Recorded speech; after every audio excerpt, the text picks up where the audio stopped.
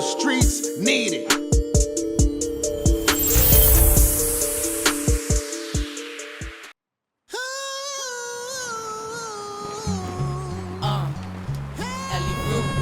DFL niggas, come on, what? All right, ladies and gentlemen, you know what time it is. It's time for the Streets Needed podcast. I'm your host, Architect, aka Mr. Behind the Scenes. Shouts out to DJ Superstar Streets, killing us on those mixes. Shouts out to the homie.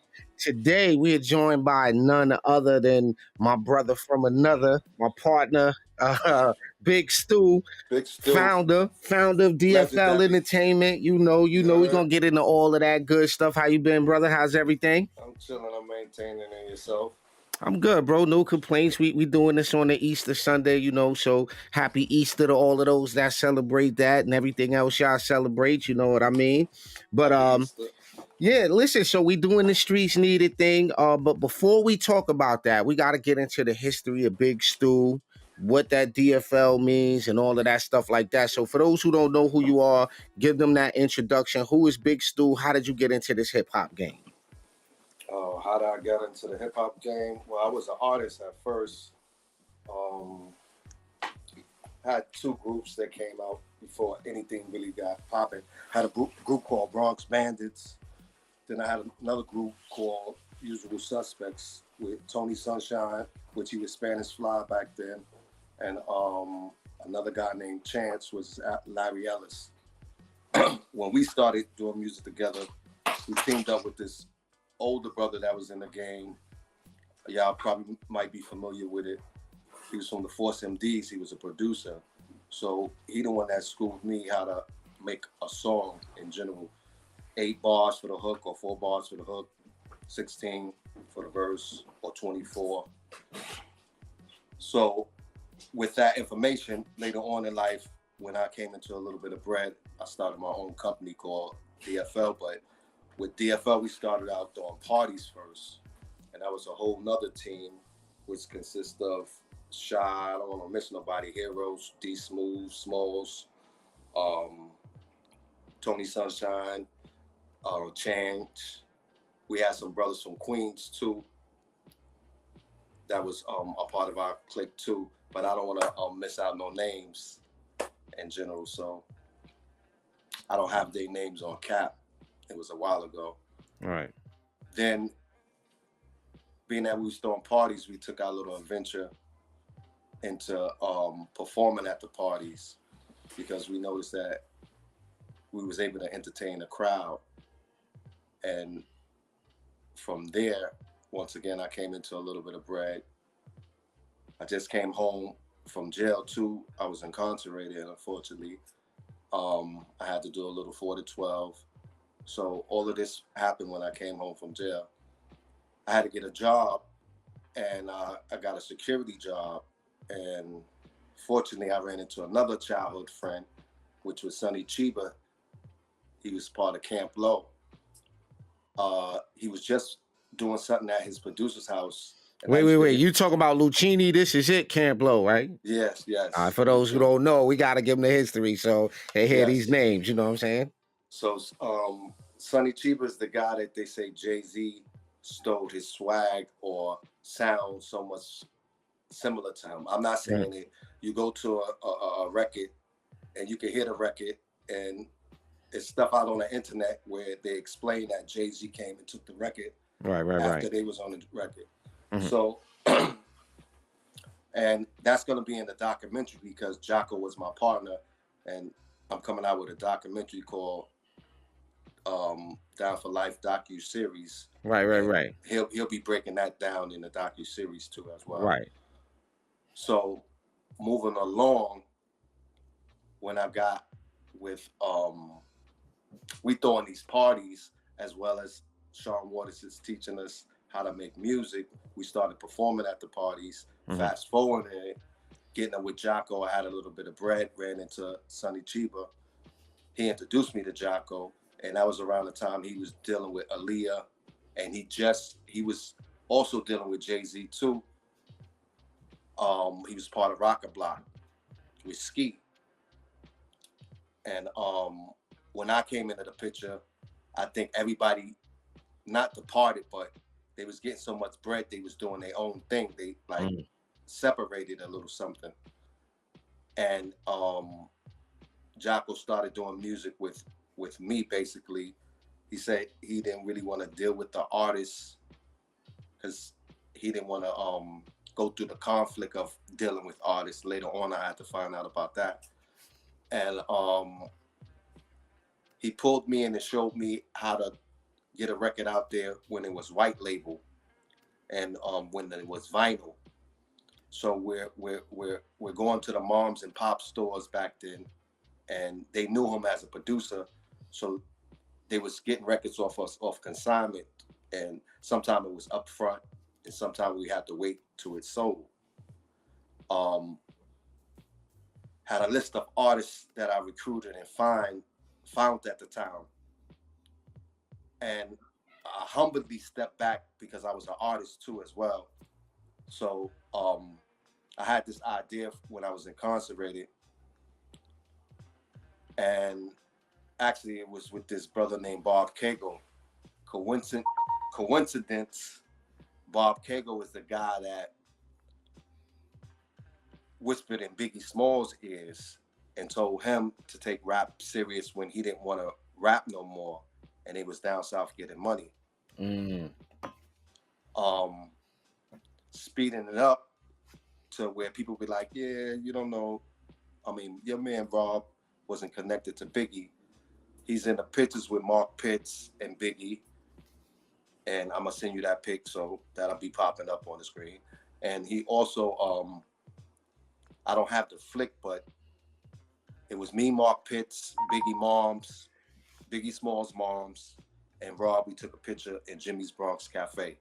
So being that I said that, you know, it's gonna get back to those ears, and they're gonna confirm, yeah, I took a couple of pictures with an individual there, and it was me, happened to be. People. So I put this graphic up here, but you have been involved in I want to say finding and cultivating a lot of different talent, right? So who are some of those artists? All right, so where we want to start at? I'm gonna start with, once again, Tony Sunshine. He was actually he's still family in my, in my eyes, even though we don't speak as much. And he came off the DFL family tree. And this is what it was. When I was up north, I was a counselor. So some of them habits, a lot of the habits, and a lot of the toleration, I put up with different artists at the time. I was able to deal with it where other people would have ran away or not assist them as much, because my background, I was I want to say a problem child. I grew up in a wild area and I had to defend myself. So with defending yourself, you're going to get a name and you're going to get a reputation, basically. So with me having a little skills to assist someone, and I was in their position before, I was able to take their when it was artist development at once in the industry. We don't have artist development no more, so let me just break it down to you. At once, a record label would give you $150,000 to damn near $250,000 just to develop an artist.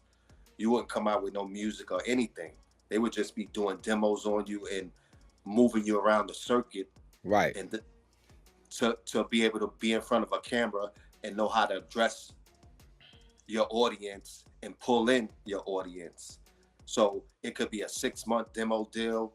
It could be a year deal. It could be 3 years. Some of the time they did misuse it. I could talk about the good and bad in that, because if you was hot and you got locked in this situation, you couldn't go nowhere else and somebody wanted you, then you're stuck. So it was good and bad with that. So basically, an artist would look for a 6-month or a year. 3 years would be kind of risky but that means that you really needed some development. If they saying you need, basically looking back at it now, if you needed 3 years for some development, you really needed some development, basically. Right. So having that experience coming from that era, speeding it up to the vinyl era, when Jocko pulled me in, no Diddy. Yeah, you gotta say it, unfortunately. God. Unfortunately, damn, no Diddy. He had a structure already because he had already put out music. He put out Camp Low, and he was involved with other projects. His name had a buzz. So in that world, the one shops used to call the producers, matter of fact, the producers used to call and let them know they was about to release something, and it was called a release sheet at the time. And you send your release sheet in with the information of the vinyl, and they'll give you a call. They'll probably say, "Let me hear the song," or just because they know that you hot, they'll do some pre-orders and send you some bread. So that was a way of getting income back then at that time. Hell Rell was an artist that I ran into when I came into a little bit of bread and started DFL. And actually, Fred the God, they lived on the same block, like a block over. And I was gonna meet Fred the God first, but he wasn't home. And they ran around the corner and got Hell Rell. And me and him polyed on the corner for like an hour. And we exchanged verses because I used to rap back then. And I told him, basically I'm gonna come back and sign you when I start this record label. And he was like looking at me, sizing my aura up like, yeah, all right. Because, a person can say that and not really come through. No homo, no Diddy. And 6 months later, I came back. No homo, no Diddy. And it was history after that. With everything, so nobody felt left out, because I don't like getting left out of history, so I ain't gonna leave nobody out of history. Makes sense. You make sense. I actually was on 106 in Park, the Freestyle Friday, and my man Stu, he had an independent label out of the Bronx named DFL, and we cut some records. Pretty much DFL is pretty much a real important underground independent label, because that's where me, French Montana, Fred the Godson all got our start from. We started some artist development stuff as well, and because Rell was a spitter, he wasn't able to make a song at the time. He could just rhyme for hours non-stop, and he was the first individual I ever met that wrote rhymes on his hands. He would never use a paper, and it took me a minute to catch on. And when I caught on, I was like, "Oh shit, he's a genius!" I'm really dealing with a top level MC right here. Right. He definitely had a good run too, as far as MCs go. But you got a bunch of names on here. You brought up Fred the Godson. Like, how did you meet him? What was that relationship like? Fred the Godson, R.I.P. Fred the Godson. Absolutely, yes, sir. I get a little touchy when I'm talking about Fred, because Fred was a good dude. And I had our last conversation, and before me and you met, I was at a TV station where I was going to offer Fred a show on the network, and me and him share the same sign. He's a Pisces, but he's a February Pisces. I'm a March Pisces. And we always call each other twins and all that, how we vibe and how we think. So how I met Fred, once again, he wasn't available when I went back to one of my old school friends' block that passed away. God bless the dead, Milton. I always said I was going to go back to that hood because it had a lot of talent in that hood. before I was incarcerated, that's where I saw hip hop at. So I remembered it. I kept it in heart. So when I went back over there, once again, I ran into Hell Rell. Fred wasn't around. Later on, I ran into Fred. And I'm trying to remember, was it Philly's All-Star Weekend when I brought Hell Rell out there and we bumped into Cameron too as well. And I had another artist named Highlight, which he's Caucasian, and he was fired back then too.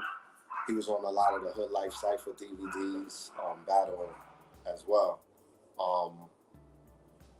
They had a little cypher, and Fred heard about Highlight because I brought Highlight down to Harlem, and he was in a cypher with LAR, JR Ryder, before he was down with Dipset. I think 40 Cal was in the room, and Virginia Slim, and a female was in the room. I don't have her name. I don't remember her name. But it was a good 8 artists, and Highlight was in a cypher with them, and he did his thing, and Fred heard about him. So when they was out, and when we was out in All-Star Weekend, they had a little cypher, and Fred was killing it because he already heard Highlight was fire. So I guess he, you know, spit his flames, and that was my introduction to. Let me rewind it. Not hearing him, but hearing him live. Duke Black, which is a part of Loose Cannon Records, he recruited Fred. So I actually heard Fred over some music first. After seeing Fred, because after seeing Fred out and at the Temple, when I got back to the hood, I'm running around with Hell Rell, running around with different artists. Duke Black, when he started his label, he wound up snatching up Fred. And when I heard him on the music, I was like, yo, that's the artist that I heard in Philly. That's Fred, right? And he was like, yeah, I got him. He's down with Loose Cannons. And I was like, oh, shit, this nigga Duke is snatching up everything. Now, moving along, we have El Dion. El Dion is Jocko's daughter. We got Tyler Woods up there. Tyler Woods is an R&B singer. He came from North Carolina. Jocko introduced me to him. He's also on the first documentary of DFL Gunn for Life. He started to get involved with D Block, so he's on a lot of D Block projects, singing and a part of D Block. Then you have Young Frenchie. Young Frenchie, he was an artist, aka French Montana, from the neighborhood, and I was introduced to him from my childhood friend Smalls. I did artist development with Frenchie too. Also got a project that no one really heard with Frenchie music on it too as well. I had to show him how to make music from the hooks to 16 bars as well. So wait. Let's back up here. So when you say French Montana, we saying like Young Frenchie, because people don't even know that name. You know what I mean? People will be like, who he talking about? But then when you say French Montana, they'll know. So does this go into this documentary that you're doing where, because, you know, everybody sees this dude all over the TV and all over the radio and running around, right? But that wouldn't have happened without you. Like, you got him through some stuff, right? So is that a fair statement to make? Exactly. It's a great statement to make. Check. Yo, this is Big Stu, I'm back again. I'm proud to introduce the young gun of DFL, my boy Young Frenchie. Let these niggas feel that real Bronx shit, homie. Young Frenchie right here. Big Stu, chance of a lifetime. Down for life till we die, baby. Yeah, I'm about to put you on the story. See, I'm really from Africa. I was born in Africa. And I came over here from Africa to the hood, and they gave me the name French. So So I took that name and ran with it. Got up with my man Big Stu and them down new. And I started this rap thing, and from there, I'm running with it, and I'm gonna take it to the top. This is history you're looking at. Yeah, so y'all gotta stay tuned for this DFL documentary, this Down for Life documentary. Y'all gotta stay tapped in. We're gonna take a quick commercial break, right? Because now that y'all got some of the history, we're gonna take a quick break. We're gonna come back and talk about what's going on now. Stay right here. We'll be right back on The Streets Needed. This program may contain explicit lyrics and adult themes that may not be suitable for everyone. Listener discretion is advised. 5, 4, 3, 2, 1. Ladies and gentlemen, please welcome. Yo, what's good? This DJ Superstar Streets of BA Studios, and you tapped into The Streets Needed. This is where you get all of the exclusive music you need to hear, you heard? Oh my gosh, Streets is crazy. This is one DJ you don't want to fuck with. North side of the woods with a south side. New York to North Carolina. All right, ladies and gentlemen, you tuned into The Streets Needed. Shouts out to DJ Superstar Streets. As usual, we sitting here kicking it with the legendary Big Stu, founder of DFL Entertainment and a bunch of other ventures. So let's talk now, right? So you got the history in the game. You've got a documentary coming out where I guess because I don't want to pry. Oh wait, I got. Yeah. Can I continue to go through the? I'm gonna just breeze through it real quick. Yeah, go ahead. I ain't gonna tell no story behind it. Could you expand the picture on the screen? Yeah, go for it. All right. So we got Uncasa up there. We got Luca Brasi from Gumbo up there. That's Taliban. I was involved with that. You have my nephew up there. I got him in a situation. His name is Change the Game with Little Flip out in Texas. You got my other nephew up there. They're the ones that's in between Fred the God. His name is Jules Baller.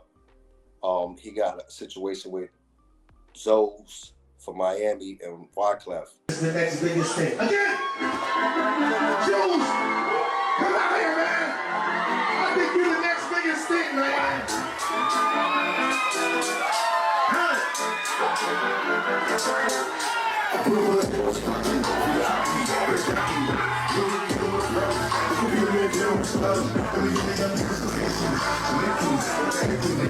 You got Jocko's daughter, which she was on the Dynasty album, Mommy Where Daddy Went with Jay-Z. You got R.I.P. Ellie Rue. She was going to get signed to G Unit. God bless. Then you got Profile and Highlight. Okay, you got Raquel. Raquel is a female that I shopped the Down for Life TV 5 Elements of Hip Hop and had Burt Bedell was shopping it and I almost had a deal with MTV and BTV for my car accident.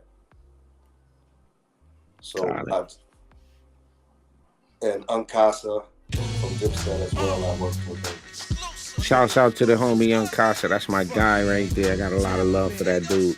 That's my dude. So, look, you got people with the DFL chain on. You see the logo, right? And there's some history. You definitely got a history in this game.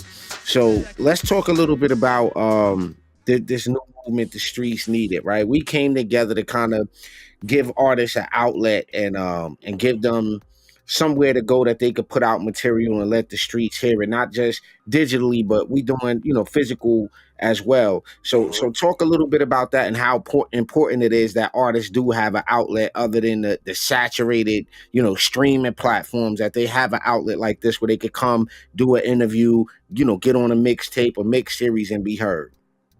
Okay, so we have that, and you want me to go into the Sony situation too, along with it? I mean, we'll get into that. We'll let them know how that go. Okay. But yeah, I just want to get your take on that. Like I said, because you know about the artist development. The Streets Needed. The whole thing is we created a hub for artists to be able to be heard with known artists with a radio mix, as well as perform for that series that they on it, because it's going to be volume 1, volume 2. as well as possibly be a part of a future compilation, which would be attached with the Sony situation. As well as come on this platform here and get an interview, and we won't review, but we will premiere their video and let the audience state their opinion on what they could have did better or how they like the video in general. Yeah, dope. Yeah, and I me and you click so well since we've been working together back with the network stuff and all of that. It's been dope working with you, bro, and knowing your history and your integrity in the business. I really hope artists gravitate towards this, and we got some other interviews coming up later this week. But like I said, it's just gonna be a dope experience for the artists, right? So how have you seen the music industry change, right? Because you've been a part of it, like you said, from the vinyl era to now. So what have been some of the biggest changes in the game that you've seen, good and bad? Well, I can say it all in one nutshell. A lot of people that's out right now would have never been out back, could have never made it. It's so free. Music is so free to put out now, and it's like gimmicky. And you had to really be an artist. Now you can put together a tune and you can halfway perform it. I don't want to use no examples, but we saw the performance with Jadakiss, the battle with Jadakiss and Dipset. What made the Lox stand out and look like polished artists was them knowing their lyrics and doing it live and sounding just like the song. That counted back then. You had to sound like your song.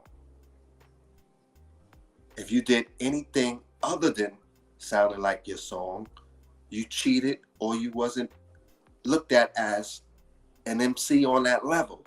Yeah, no vocal tracks on the performance tape, right? None of that. But you had to get busy. And that separates, you can tell who's still has artists or deal with artist development or came from artist development or have it incorporated in their camp.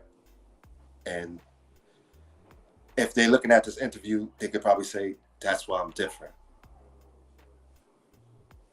Yeah, it makes sense. It makes sense to me because look, I was down to do the review thing, but I will get termed the hater. That's why I'm not even on camera because you heard me when we started doing it. I started cracking jokes. I'm like, why is that in the video? Why are you making that face?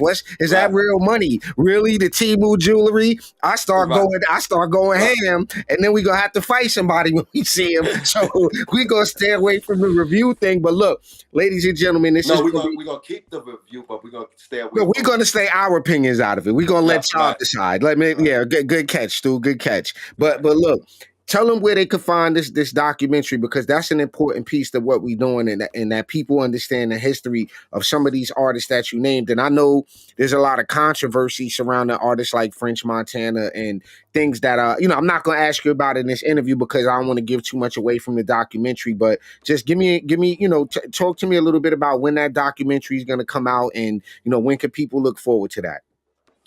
Well, it's still in post-production right now.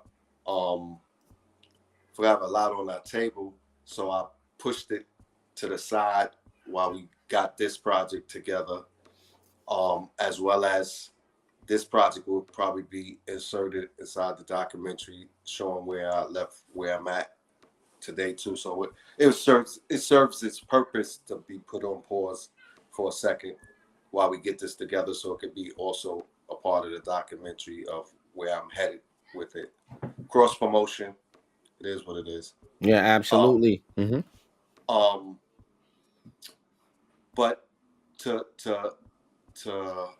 be a part of the 90s era up until 2024, but I could say I went even further than that as a little kid, being involved in hip hop and around breakdance and graffiti etc. Basically a hip hop baby. I'm proud to have a platform to give back because, once again, you don't have to go Hollywood to be successful. The underground circuit was utilized very well back in the days. The industry have to come to us. Basically, we're the voice, we're the streets. And that's what is perfect when we came up with the streets needed, because we're going to give the artists back their power with this situation, basically. As somebody that's been in this game, and you mentioned having been incarcerated and things like that, what do you think when you see all of this, oversaturated violence, the gun waving on the camera, so much of that now? How does that make you feel when you see that, though? Because these kids are taking penitentiary chances with the music now, right? It's like the judge just got to play your Instagram and it's game over, right? The crazy part of it is, I remember hip hop when it was like a good 5 to 6 different categories. And I also remember when gangsta rap, like, was NWA was one of the albums that had me as a young guy wilding out. So, speeding up time with a little education, it's sad to say, knowing that the record labels was involved with putting out gangster rap to fill up the jails, and a lot of the owners of the record labels had investments in the jail, and they also, you can go to interviews, Ice Cube has admitted it, and I think, Ice Cube admitted it, where they came and approached him and told him what type of music to put out to convince the audience, the young kids out here that you see today wilding out. If you're familiar with Energy or anything like that, any song could hypnotize you. 3 minutes is all it does take, because it's like a mantra, you're repeating it. So when you react to it, you don't even know why you're reacting to it the way you're reacting to it. Plus the sounds is gonna do something to you. It's gonna make you move. People catch on to the beat first before they hear the lyrics, 9 times out of 10. But if you're an artist, you're going for the beat. Okay, that beat is fire. Let me see what he did with it. You're going straight to the lyrics. You're not even gonna let it breathe the first time you hear it without putting your ears towards the lyrics. As a customer, the beat first, then you're gonna get involved with the lyrics, and if it match up, it's a marriage to your liking, and you're gonna go forward with it and push it and promote it and whatever. Right. So what would you tell these young dudes, right? And I mean, some of them you can't really tell nothing, in my opinion. That's just me. But what would you tell them, up and coming artists, like, look, that if that's what you really live in, some of these kids are born into that, right? Well, but what do you tell the kids that's faking that? Like what do you say to them? That side of the fence you really don't want to go on. And there's no faking on that side of the fence. So if you're going down that route and you can't mix up the street with this music stuff, it doesn't even really make sense. It's exaggerated with trying to be real or being tough. And if you think, as you get older in life, you would, being that this modern day and time, you could tape stuff, you're going to be really mad at yourself when you find out you was looking like an asshole saying what you were saying when you was younger. And like, why no one stopped me and pulled me to the side? 9 times out of 10, that happens when a person is in jail, and now they blaming, yo, someone should have just snatched me up and just took me somebody from my family, should have just ran with me. Like, what the fuck? Like, after they got 25 to life and realized all the stuff that they was praising doesn't add up to nothing. I couldn't have said it better myself. So listen, ladies and gentlemen, stay tuned right here to The Streets Needed. Make sure if you want to advertise on the platform, The Streets with a Z, needed at gmail.com. Make sure to follow us on Instagram at The Streets Needed. Make sure to follow Big Stu DFL on Instagram at The Real Architect. Shout out to everybody over at BA Studios, the homie DJ Superstar Streets. We on Mixcloud. Yeah, no doubt. And matter of fact, let's talk a little bit about these DJs, right? So who are some of the DJs outside of like my man DJ Dylon, DJ Live from 106 and Park from BET? Wait, hold up. Yeah. Go ahead. You just said DJ Dylon real quick. You got to rewind that. So you got to get them re-familiar because they know who Dylon is. Oh, okay. Yeah. Dylon, the greatest MC of the 5 greatest MCs of all time. Dylon, and Dylon. Right. So y'all know, but yeah, shouts out to DJ Dylon Dilly, formerly of Making the Band. That Dylon. DJ Live was the DJ over at 106 and Park. Ripped the Runway, did a lot of those BET shows. He's got a mix, DJ Face, shouts out to DJ Face. He's got an incredible mix, but our main guy on this is definitely DJ Superstar Streets, holding us down on this project, putting together a lot of crazy mix shows for us. So if you got music, you want to submit it, The Streets Needed at gmail.com. You can hit up Big Stu on Instagram at Big Stu, STEWDFL. On Instagram, hit me up at The Real Architect on Instagram, and we're gonna be here. We're gonna listen to the music, and if the streets need it, we're gonna put it in the mix, and we're gonna put that thing out there. Don't get it twisted. If you're an artist that's already out and it's fire, we're placing it on a mix show too as well. Yeah, absolutely, ladies and gentlemen, that's a thing. So it's anything that's hot, we putting a little spotlight on it. And giving it some promotion, basically. The Streets Needed. Yep. That's what it is, ladies and gentlemen. So listen, if you want to get this interview, email us, hit us on Instagram. We here to do a service to the community. We appreciate it, Big Stu, for coming on the podcast. I just look forward to doing this venture with you and working with you, bro. This is gonna be an amazing ride. We here, ladies and gentlemen. This has been the Streets Needed podcast. We up out of here. Be good. Peace. This program may contain explicit lyrics and adult themes that may not be suitable for everyone. Listener discretion is advised. 5, 4, 3, 2, 1. Ladies and gentlemen, please welcome. Yo, what's good? This DJ Superstar Streets of BA Studios, and you tapped into The Streets Needed. This is where you get all of the exclusive music you need to hear, you heard? Oh my god, Streets is crazy. This is one DJ you don't want to fuck with. TPM, loose cannons, DFL, ready? I need a girl that's down for life. Hey, turn me up a little bit. Pablo, you crazy for this one. Niggas is motherfucking crazy, nigga.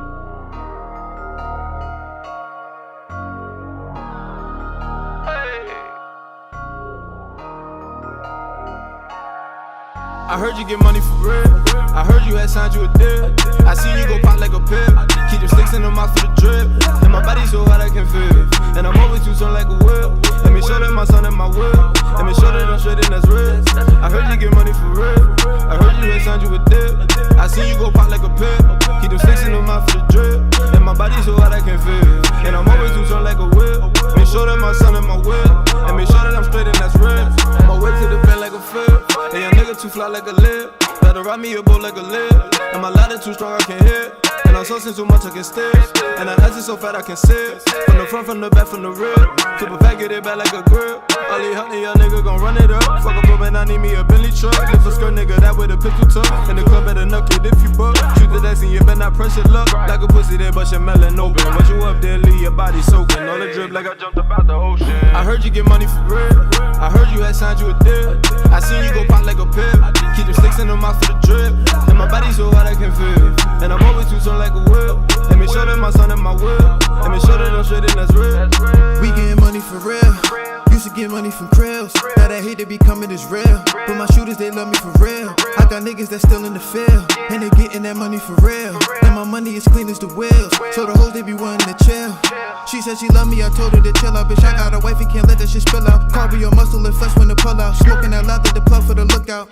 Cool and everything good now, booming. I got the block like a cookout. No pot to piss in no window to look out. I with that Michelle, I got me a full house. I heard you get money for real. I heard you had signed you a deal. I seen you go pop like a pill. Keep them sticks in the mouth for the drip. And my body so hot I can feel. And I'm always too strong like a whip. And make sure that my son at my whip. And make sure that I'm straight and that's real. I got your girl, she call me Aladdin. Fucking that bitch on my magical carpet. Talking that dumb shit, nigga don't start it. Chopping and spitting retarded. Kill these niggas, just get them a coffin. I am so different, I'm off the Martian. Setting out hits, I am so bossy. But check out the way that I'm getting it, money really got a nigga focused. I'm the hottest and the coldest. The sad part is they just noticed. Better late than never. I'ma bring my gun wherever. Don't violate, you should know better. I'm outside in the bad weather. Since day one, I'ma go get her. Heard you get money for real. I heard you had signed you a deal. I seen you go pop like a pill. Keep them sticks in the mouth for the drip. And my body so hot I can feel. And I'm always too strong like a whip. And make sure that my son at my whip. And make sure that I'm straight and that's real. I heard you get money for real. I heard you had signed you a deal. I seen you go pop like a pill. Keep them sticks in the mouth for the drip. And my body so hot I can feel. And I'm always too strong like a whip. Make sure that my son at my whip. And make sure that I'm straight and that's real.